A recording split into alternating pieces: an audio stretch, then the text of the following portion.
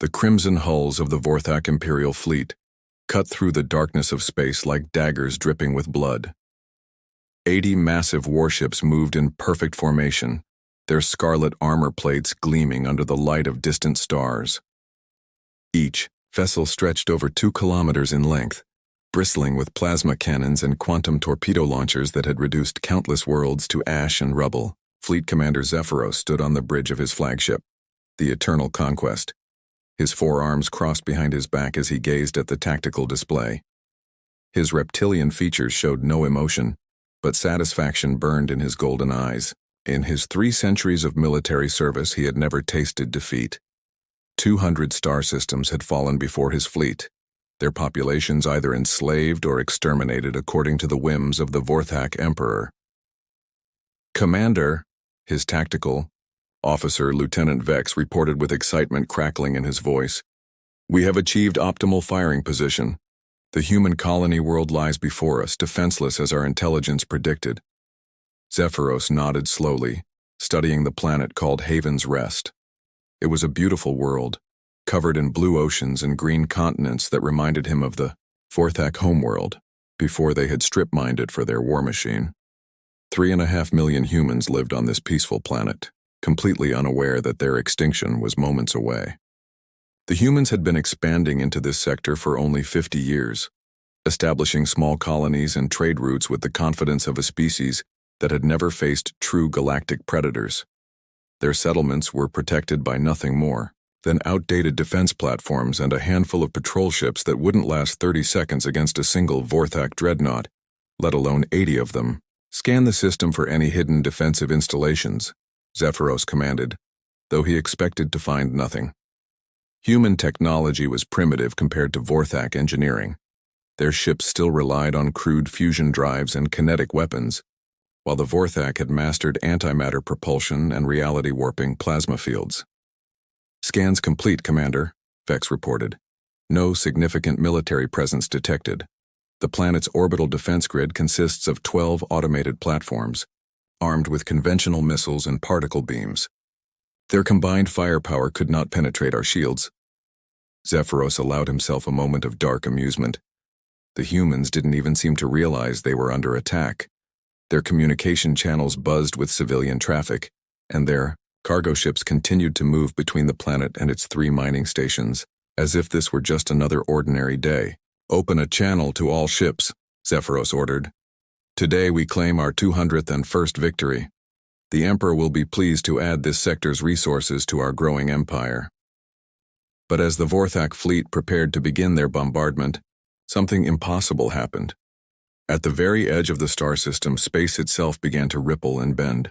The distortion grew larger, creating a tear in reality that hurt to look at directly. "Commander," Vex's voice carried a note of confusion and fear. "I'm detecting massive gravitational anomalies at the system's perimeter. Something is emerging from what appears to be folded space." Zephyros turned his attention to the main screen, his tactical mind trying to process what he was seeing. A single ship was materializing from the spatial distortion, but his sensors couldn't get a stable reading on it. The vessel appeared to be roughly 800 meters long, with a sleek black hull that seemed to absorb light rather than reflect it. Most disturbing of all, it registered as having impossible mass readings that violated several fundamental laws of physics. "Identify that vessel," Zephyros barked, though something deep in his warrior's instincts was beginning to whisper warnings. "Unknown design, Commander. It doesn't match any ship in our databases. The energy signature is unlike anything I've ever seen." The mysterious ship hung motionless in space, outnumbered 80 to 1, yet somehow managing to project an aura of quiet menace that made even the battle-hardened Vorthak crew uneasy. Whatever humanity had just revealed, Fleet Commander Zephyros realized that this battle might not be the easy slaughter he had planned. The mysterious black vessel completed its emergence from the spatial tear, and the distortion sealed itself behind it as if reality was healing from a wound. Fleet Commander Zephyros watched in growing unease as his sensors continued to provide impossible readings. The ship's hull seemed to exist in a state of quantum flux, appearing solid one moment and translucent the next. "Commander, we're receiving a transmission from the unknown vessel. His communications officer, Sergeant Korax, announced with barely concealed nervousness. "On screen," Zephyros ordered, straightening his massive frame to project the authority that had crushed 200 worlds. The main display flickered to life, revealing a human male in his 40s with steel-gray hair and piercing blue eyes. He wore a simple black uniform without any visible rank insignia, yet something about his calm demeanor suggested he was accustomed to command. Behind him, the bridge of his vessel was dimly lit, with displays showing readouts that seemed to shift and change in patterns the Vorthak computers couldn't analyze. "I am Captain Marcus Kane of the Terran defense ship Retribution," the human said, his voice carrying an odd quality that seemed to echo from multiple dimensions. "You are Fleet Commander Zephyros of the Vorthak Empire, here to commit genocide against innocent civilians. I cannot allow this to happen." Zephyros's mandibles clicked in amusement, though he felt less confident than he appeared. "Human, you pilot a single vessel against 80 of the most advanced warships in known space. Your bravery is admirable but meaningless. Withdraw immediately, and I may permit your colony to surrender rather than face complete annihilation." Captain Kane tilted his head slightly, as if listening to something only he could hear. "Commander, in all your conquests, have you ever encountered technology that your sensors couldn't properly identify?" The question sent a chill through Zephyros's spine.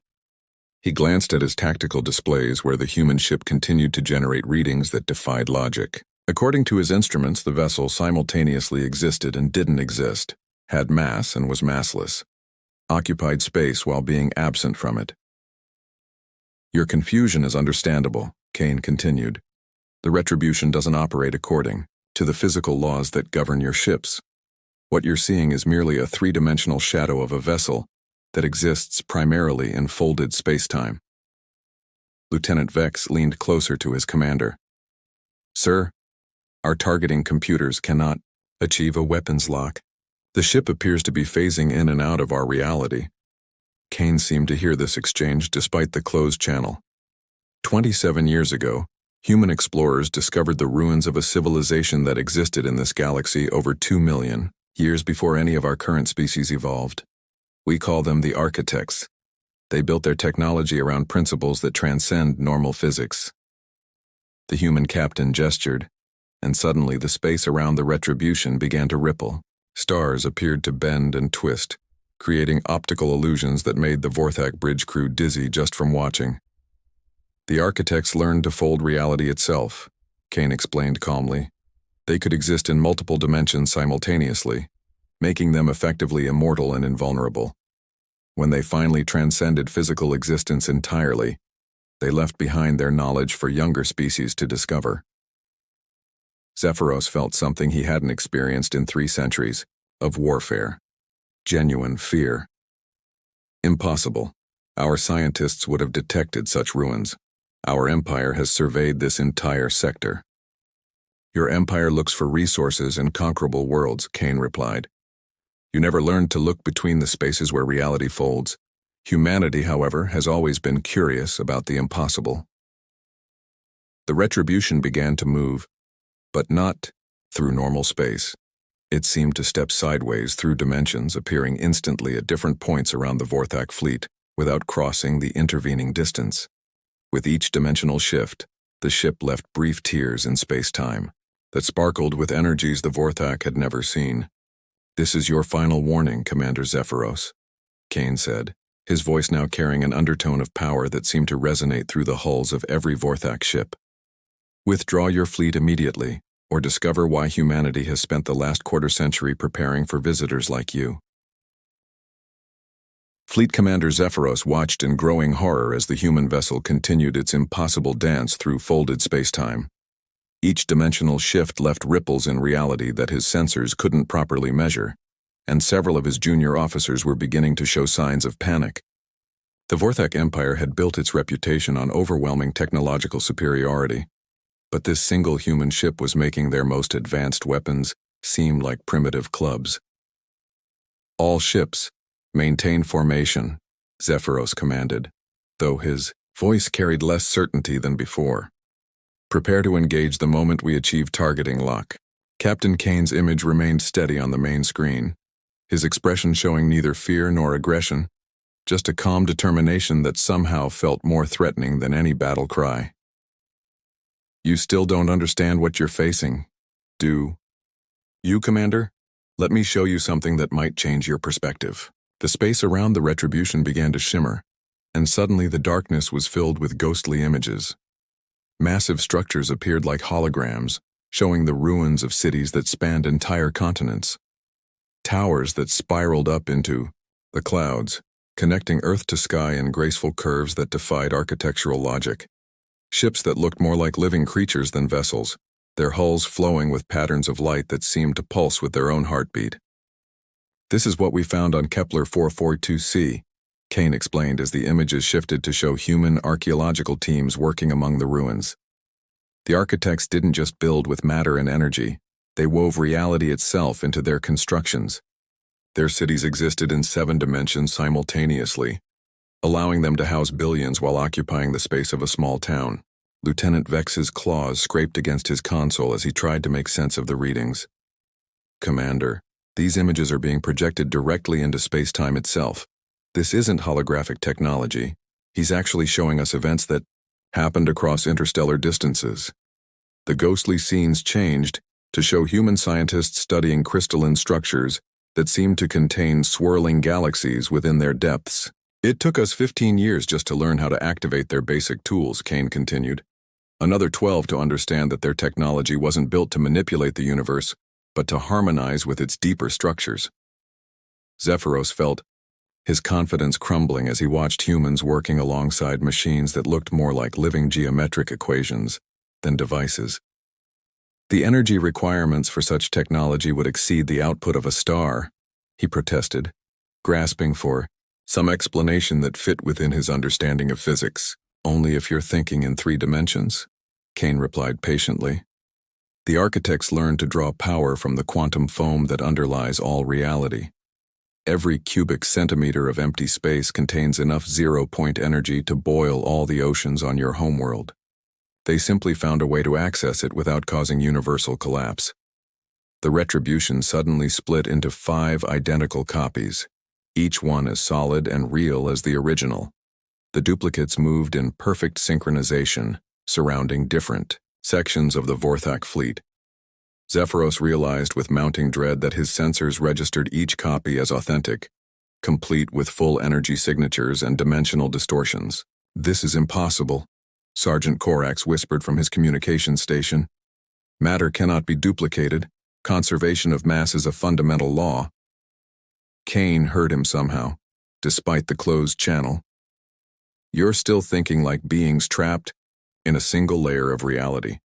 The Retribution exists across multiple dimensional frequencies. What you're seeing aren't copies, but different aspects of the same vessel manifesting in your limited 3-dimensional space."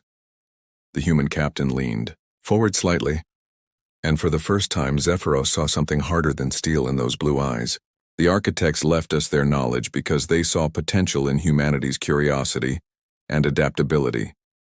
They wanted their legacy to protect younger species from predators who mistake strength for wisdom." One of the Retribution's aspects moved directly in front of the Eternal Conquest, so close that Zephyros could see individual hull plates that seemed to be made of crystallized space-time itself.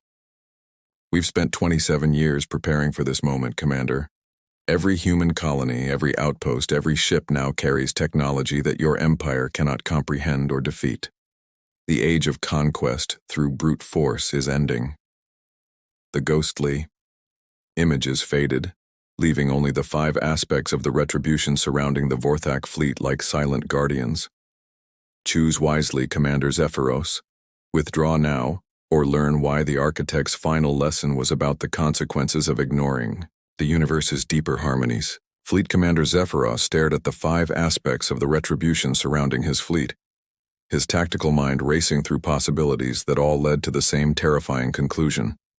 In 3 centuries of warfare, he had never encountered an enemy that could casually violate the fundamental laws of physics. His 80 dreadnoughts, which had seemed like an unstoppable force just minutes ago, now felt like toys in the hands of a cosmic giant. "All ships commence firing," he roared. desperation creeping into his voice. Target all aspects simultaneously. Maximum firepower. The Crimson Fleet erupted in a symphony of destruction. Plasma cannons that could melt continents discharged their fury. Quantum torpedoes streaked through space like miniature stars, and reality-warping beam weapons tore at the fabric of space-time itself. The combined firepower of 80 Vorthak dreadnoughts was enough to sterilize entire solar systems. The energy barrage struck all 5 aspects of the Retribution simultaneously, creating explosions that briefly turned the darkness of space into a miniature sun. For a moment, Zephyros allowed himself to hope that raw power might still triumph over impossible technology. But as the plasma clouds cleared, all 5 aspects remained completely unharmed. The human ship hadn't even bothered to raise shields. The devastating attack had simply passed through it, as if the Retribution existed in a different layer of reality entirely. Captain Kane's calm voice cut through the stunned silence on the Vorthak bridge. "Your weapons are impressive, Commander, but they can only affect matter and energy that exists in your dimensional framework. We've learned to step outside those limitations." Suddenly, one of the Retribution's aspects vanished and reappeared, directly inside the formation of Vorthak ships. Without warning, beams of crystalline light emerged from the human vessel, but these weren't weapons in any conventional sense. Where the beams touched Vorthak hulls, the crimson armor simply ceased to exist, leaving perfectly smooth spherical voids that exposed the interior compartments to vacuum. "Impossible!" Lieutenant Vex screamed as he watched 3 dreadnoughts lose structural integrity and begin breaking apart. "Our neutronium armor is impervious to all known weapons." "Known to you," Kane corrected gently. "The architects taught us that destruction and creation are simply different aspects of the same fundamental process. We're not destroying your ships, Commander. We're convincing reality that those portions of them never existed in the first place." More Vorthak vessels began suffering catastrophic failures as the Retribution's reality editing beams swept through the fleet. Entire gun decks simply vanished, leaving bewildered crews floating in emergency shelters. Engine sections were erased from existence, stranding mighty dreadnoughts as helpless hulks drifting through space. Zephyros tried to order a retreat, but discovered something that filled him with absolute terror. "Navigation reports hyperspace engines are non-functional," Vex shouted over the chaos. "Something is preventing us from entering FTL." Kane's expression remained serene as he explained. "The space around your fleet has been folded into a dimensional pocket. You're still in the same location, but that location has been isolated from the rest of the universe. Think of it as a bubble that exists between realities." Across the bridge displays, Zephyros could see his magnificent fleet being systematically dismantled.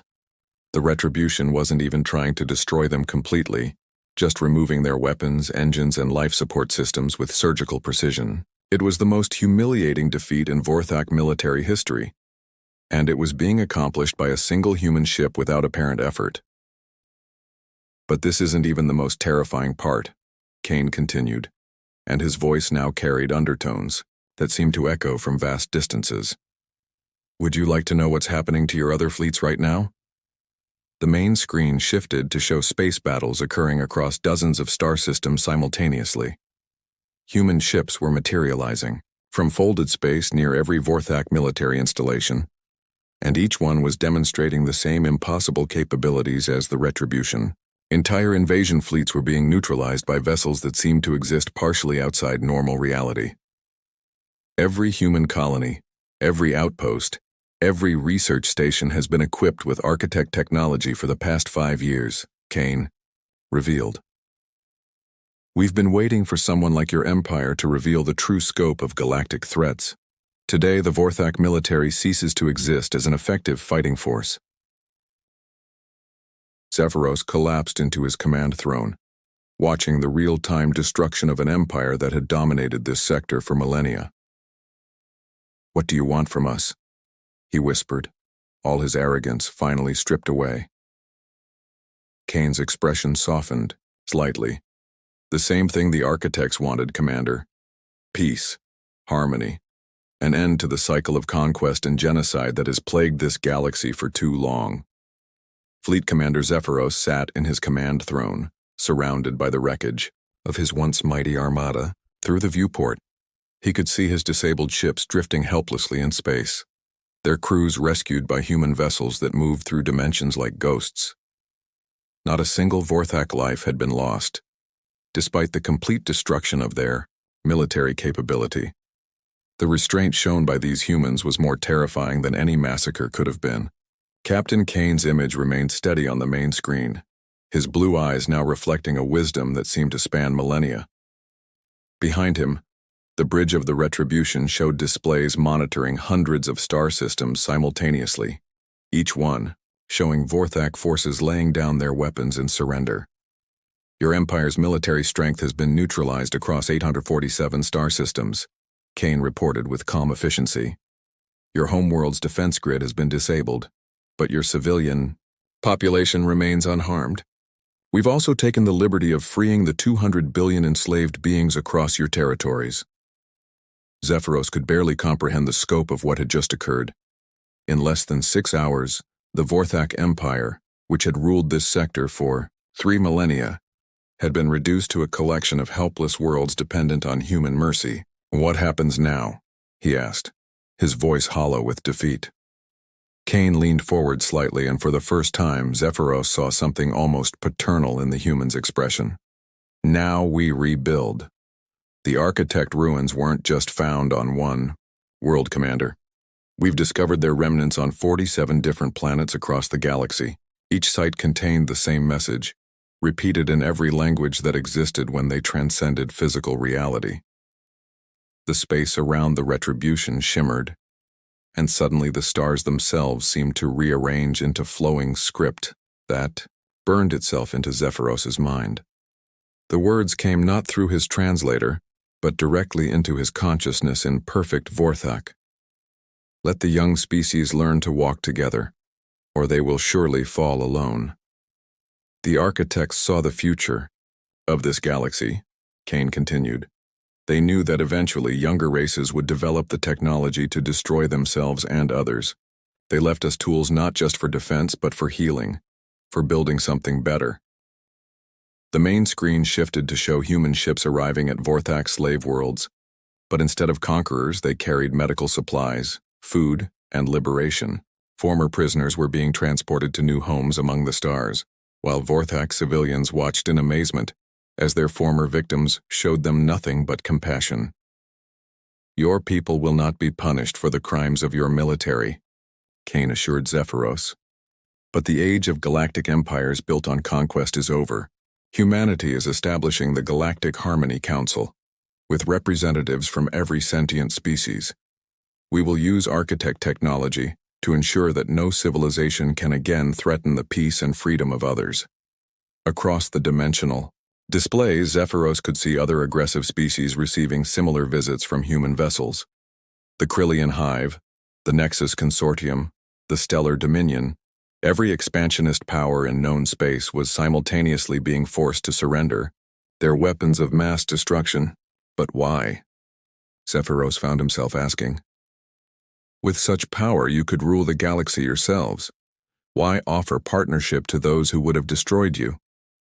Kane smiled, and in that expression, Zephyros finally understood what made humanity different from every other species he had encountered.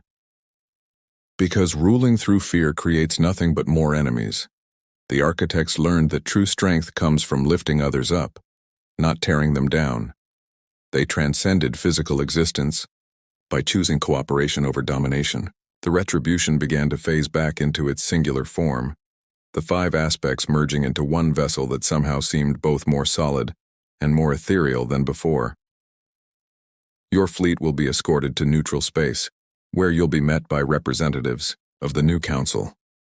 Your people have much to offer the galaxy once they learn to channel their strength toward creation instead of destruction. As human rescue ships began attaching dimensional drives to the disabled Vorthak vessels, Zephyros realized he was witnessing the birth of something unprecedented in galactic history. For the first time in millions of years, the strong were choosing to protect the weak rather than exploit them. The universe is vast enough for all of us, Commander, Kane said as his image began to fade. The architect's greatest gift wasn't their technology, It was their vision of what we could all become, together. In the silence that followed, Zephyros looked out at the stars and saw them not as territories to be conquered, but as homes to be protected. The age of empires was ending, and the age of harmony had begun.